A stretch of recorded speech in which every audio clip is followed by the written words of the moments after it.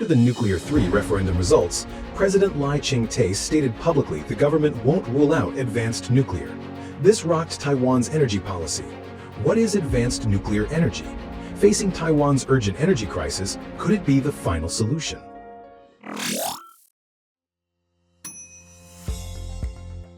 While Taiwan debates power shortages and nuclear safety fears, new nuclear technologies are emerging abroad. This includes smaller, flexible SMRs and microreactors, revolutionary Gen 4 nuclear technology, and nuclear fusion, the artificial sun.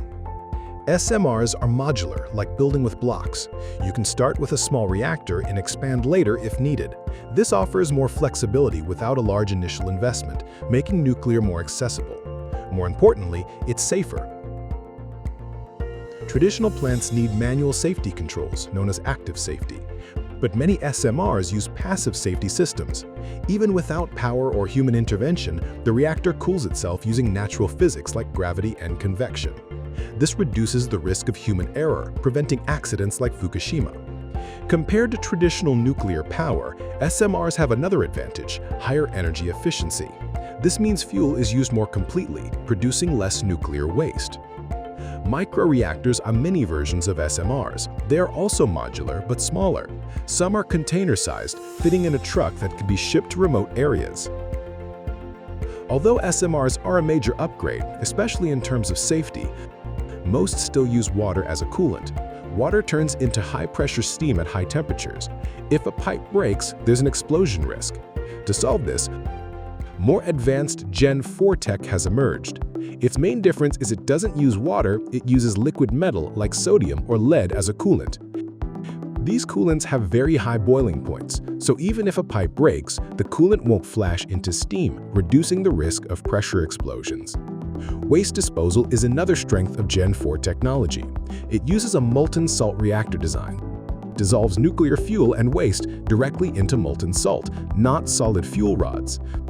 This prevents waste from accumulating as the most toxic parts are separated and returned to the reactor as fuel. So compared to SMRs, Gen 4 tech produces even less nuclear waste, and it's also less toxic. But even SMRs and Gen 4 tech have limitations. Only nuclear fusion is considered the ultimate answer, called the holy grail of energy. Take nuclear waste, for example. All the previously mentioned technologies, from traditional to the latest Gen 4, are based on nuclear fission, splitting a heavy atomic nucleus for power. Nuclear waste is an inevitable byproduct.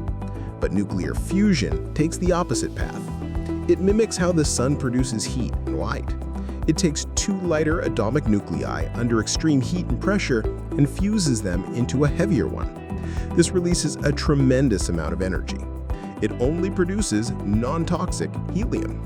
The only radioactivity is from the reactor walls hit by neutrons, but its life is shorter than traditional waste. And nuclear fission has a fatal flaw. Once the reaction starts, it is hard to stop. In contrast, fusion is very demanding. It needs ultra-high heat and pressure. If anything goes wrong, the plasma cools. The reaction then stops. No worries about a meltdown or an explosion like Chernobyl. So, for Taiwan's biggest concerns, these new technologies are a big step forward. If we want to develop nuclear energy, what is a practical approach? Based on global progress, SMRs are closest to commercial use. Gen 3 SMRs are leading the way. Their advantage is using proven, mature tech from large plants and scaling it down. So they commercialize the fastest. A prime example is China's Linglong 1. Construction began in 2021, set for 2026 use. Following closely are SMRs using Gen 4 tech. The tech is more advanced, but harder, like Bill Gates' TerraPower Natrium reactor and X-Energy's high-temp gas-cooled reactor, expected to be operational around 2030. Then there are large Gen 4 reactors. They're massive and more complex, so the challenges are greater. For example, China's Xiapu CFR 600 reactor. It generated power in 2023, but it's still a demonstration project, far from large-scale commercial use. As for nuclear fusion, despite recent positive news like China's EAST experimental device, which held 100 plus degrees for over 16 minutes, many engineering hurdles remain. For fusion, scientists estimate 2050 for commercial power. So Gen 3 or 4 SMRs are more feasible for Taiwan now. But even if Taiwan develops SMRs, it faces outdated regulations. Taiwan's current laws, like the Nuclear Reactor Facilities Control Act, were written for large old nuclear plants. But SMR's biggest difference is modularity and standardization. One certified design could be built anywhere, but current laws treat each SMR as a separate case. The whole process must be repeated each time. This kills the SMR advantage of rapid deployment. The US approach is a good model. They saw old laws stifle new tech. So Congress passed the Advanced Act in 2024.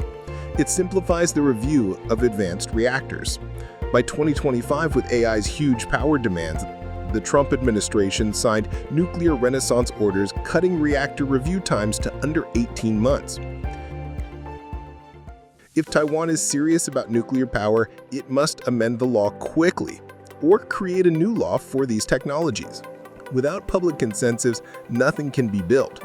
We need a transparent platform to discuss the risks, costs, and benefits. The key is to start preparing now.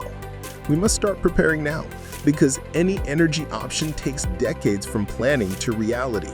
If we don't handle talent, laws, and invest in key technologies, in 20 or 30 years, we'll be stuck and miss our chance to change. More importantly, energy is a science. It doesn't change with political views. Returning to reason is key for Taiwan's future, to make a truly responsible decision.